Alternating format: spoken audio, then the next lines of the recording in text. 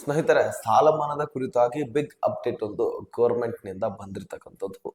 ಈಗಾಗಲೇ ನಿಮಗೆ ಕೆಲವೊಂದಿಷ್ಟು ವಿಡಿಯೋದಲ್ಲಿ ನಾನು ಡಿ ಕೆ ಶಿವಕುಮಾರ್ ಅವರು ಹೇಳಿರ್ತಕ್ಕಂತಹ ಒಂದು ಸ್ಪಷ್ಟನೆಯ ಕ್ಲಿಪ್ ಅನ್ನ ನಿಮ್ ಮುಂದೆ ಇಟ್ಟಿದ್ದೆ. ಸೊ ಅದನ್ನ ನೋಡಿ ನೀವು ಕನ್ಫರ್ಮ್ ಕೂಡ ಮಾಡ್ಕೊಂಡಿದ್ರಿ. ಕೆಲವೊಂದಿಷ್ಟು ಜನ ಹೊಸ ವೀಕ್ಷಕರು ಕೂಡ ಇರ್ತಾರೆ, ಇನ್ನು ಕೆಲವೊಂದಷ್ಟು ಜನ ಆ ವಿಡಿಯೋವನ್ನ ನೋಡಿರುವುದಿಲ್ಲ. ಮತ್ತು ಹೊಸದಾಗಿ ಅಪ್ಡೇಟ್ ಈ ಸಾಲದ ಮನ್ನಾದ ಕುರಿತಾಗಿ ಏನ್ ಬಂದಿದೆ ಅದನ್ನು ಕೂಡ ನೋಡೋಣ. ಸೊ ಮುಖ್ಯವಾಗಿ ಈ ಒಂದು ಕ್ಲಿಪ್ ಅನ್ನ ನೀವು ನೋಡ್ಕೊಂಡು ಬನ್ನಿ, ಕ್ಲಾರಿಫಿಕೇಶನ್ ಸಿಗುತ್ತೆ. ಸಾಲ ಮನ್ನಾ ಬಹಳ ಬೇಡಿಕೆ ಬರ್ತಾ ಇದೆ ಸರ್. ಇದು ಆಲ್ರೆಡಿ ಬೇಡಿಕೆ ಬರ್ತಾ ಇದೆ. ಮಹಾರಾಷ್ಟ್ರ ಮತ್ತು ತಮಿಳುನಾಡು ರಾಜ್ಯ ಮಾಡ್ಯಾವ ಸರ್. ಅದನ್ನ ನೋಡೋಣ, ನಾವು ನೋಡ್ತೀವಿ. ನಾವೆಲ್ಲ ಅವ್ರು ಮಾಡಿದೋದಾಗೆಲ್ಲ ನಾವು ಹಿಂದೆ ಮಾಡಿದ್ದೀವಿ. ಮನಮೋಹನ್ ಸಿಂಗ್ ಅವರು ಮಾಡಿದ್ದಾರೆ, ಅದನ್ನ ಪರಿಶೀಲನೆ ಮಾಡ್ತೀವಿ. ಕ್ಲಿಪ್ ಅನ್ನ ನೋಡಿದ್ರಲ್ಲ ಸ್ನೇಹಿತರೆ, ಖುದ್ದಾಗಿ ಡಿ ಕೆ ಶಿವಕುಮಾರ್ ಅವರು ಇದರ ಕುರಿತಾಗಿ ಸಾಕಷ್ಟು ಚರ್ಚೆಯನ್ನ ಮಾಡಿದ್ದಾರೆ. ಇನ್ನು ಅವರ ಗಮನಕ್ಕೆ ಬರ್ಲಿಕ್ಕೆ ಹೇಗೆ ಸಾಧ್ಯವಾಯಿತು ಅಂದ್ರೆ, ಈಗಾಗಲೇ ರೈತ ಪರ ಸಂಘಟನೆಗಳು ಸಾಲ ಮನ್ನಾ ಆಗಲೇಬೇಕು ಅನ್ನುವಂತಹ ಒತ್ತಾಯವನ್ನ ಸರ್ಕಾರಕ್ಕೆ ಹೇರ್ತಾ ಇದ್ವು. ಈಗಾಗಲೇ ತಮಿಳುನಾಡಿನಲ್ಲಾಯ್ತು ಸಾಲ ಮನ್ನಾ, ಮಹಾರಾಷ್ಟ್ರದಲ್ಲಿ ಆಯ್ತು. ಹಾಗಾಗಿ ನಮ್ಮ ರಾಜ್ಯದಲ್ಲಿ ಯಾಕೆ ಆಗಬಾರದು? ರೈತರಿಗೋಸ್ಕರ ಸರ್ಕಾರ ಏನ್ ಹಂತದ್ ಮಾಡಿದೆ? ಬರೀ ಗ್ಯಾರಂಟಿಗಳನ್ನ ಕೊಡ್ತಾ ಬರ್ತಾ ಇದೆ. ಹಾಗಾದ್ರೆ ರೈತರ ಪರ ನಿಂತ್ಕೊಳ್ಳೋದಾದ್ರೂ ಯಾರು? ಈ ಎಲ್ಲ ಪ್ರಶ್ನೆಗಳು ಬಂದ್ವು. ಮತ್ತು ಬಜೆಟ್ ಮಂಡನೆ ಮಾರ್ಚ್ 6ನೇ ತಾರೀಕು ಸಿಎಂ ಸಿದ್ದರಾಮಯ್ಯನವರ ನೇತೃತ್ವದಲ್ಲೇ ಆಯಿತು. ಅದಕ್ಕಿಂತ ಮುಂಚಿತವಾಗಿಲೂ ಕೂಡ ರೈತರ ಬಗ್ಗೆ ಸಾಕಷ್ಟು ಚರ್ಚೆಯನ್ನ ಮಾಡಿದ್ರು. ಸಿದ್ದರಾಮಯ್ಯನವರಿದ್ದಾಗಲೂ ಕೂಡ ಚರ್ಚೆ ಆಗಿತ್ತು ಈ ಸಾಲ ಮನ್ನಾದ ಕುರಿತಾಗಿ. ಯಾಕಂದ್ರೆ ರೈತರ ಒಂದು ಬೆಳೆಗಳು ನಾಶ ಆಗಿದ್ವು, ರೈತ ಬೆಳೆದಿರ್ತಕ್ಕಂತಹ ಬೆಳೆಗಳಿಗೆ ಯಾವುದೇ ಫಲ ಸಿಕ್ಕಿರ್ಲಿಲ್ಲ. ಈಗ ನೋಡಿದ್ರೆ ಸಾಕಷ್ಟು ಬರ ಬಿದ್ದು ಬಿಟ್ಟಿದೆ. ಮಳೆರಾಯ ಇಲ್ವೇ ಇಲ್ಲ. ಮಹಾರಾಷ್ಟ್ರದಲ್ಲಿ ಆಗ್ತಾ ಇದೆ ಮಳೆ, ಅಲ್ಲಿಂದ ನೀರು ಕಿನಾಲು ಕೆರೆಗಳು ತುಂಬಿದ ಇದಾವೆ. ಸೊ ಅದು ಕೆಲವೊಂದಿಷ್ಟು ದಿನಗಳ ಮಾತ್ರ ಇರುತ್ತೆ. ಮಳೆ ಆದ್ರೇನೆ ಇಲ್ಲಿ ಕರೆಕ್ಟ್ ಆಗಿ ನೀರು ಇರೋದು, ಇಲ್ಲ ಅಂದ್ರೆ ರೈತ ಸಂಕಷ್ಟಕ್ಕೆ ಈಡಾಗ್ತಾನೆ.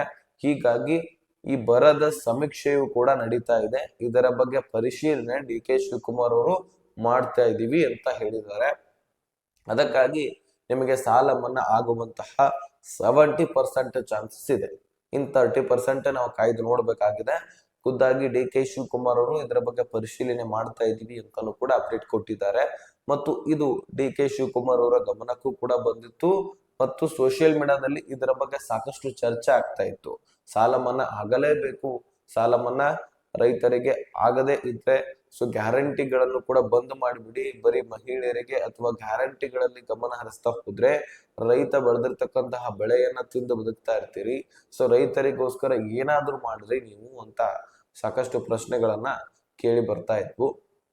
ಸೊ ಹೀಗಾಗಿ ಡಿ ಕೆ ಶಿವಕುಮಾರ್ ಅವರು ಇದರ ಬಗ್ಗೆ ತಲೆ ಕೆಡಿಸ್ಕೊಳ್ಳೇಬೇಕಾಗಿದೆ. ಅದಕ್ಕಾಗಿ ಇದರ ಬಗ್ಗೆ ಪರಿಶೀಲನೆ ನಡೆಸ್ತಾ ಇದ್ದಾರಂತೆ.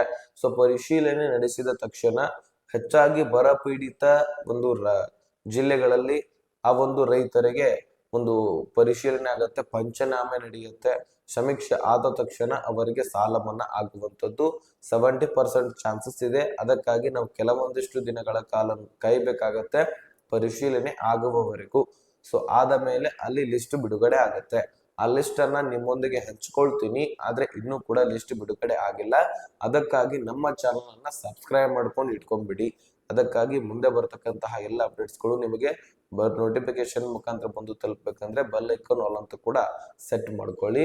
ಈಗ ಸ್ನೇಹಿತರೆ, ಈ ಬೆಳೆ ಹಾನಿ ಪರಿಹಾರವೂ ಕೂಡ ಬಿಡುಗಡೆ ಆಗ್ತಕ್ಕಂಥದ್ದು. ಸೊ ನಿಮಗೆ ಇದೇ ಜುಲೈ 30ನೇ ತಾರೀಕುವರೆಗೂ ಕೂಡ ಅರ್ಜಿ ಸಲ್ಲಿಸಲಿಕ್ಕೆ ಅವಕಾಶ ಇದೆ.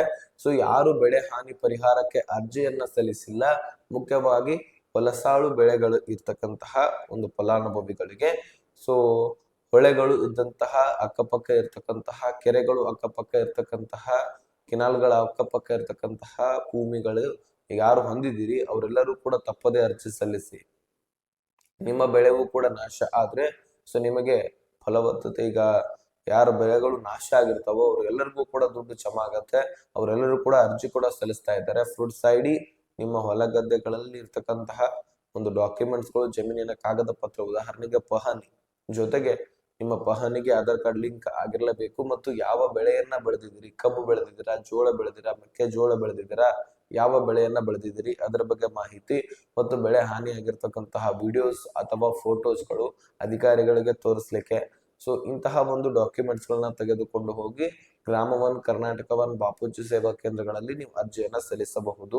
ಸ್ನೇಹಿತರೆ, ನಾನು ಈ ವಿಷಯದಲ್ಲಿ ಈ ವಿಡಿಯೋದಲ್ಲಿ ಒಟ್ಟಾರೆಯಾಗಿ 2 ಟಾಪಿಕ್ಗಳನ್ನ ಕವರ್ ಮಾಡ್ತಾ ಇದ್ದೀನಿ.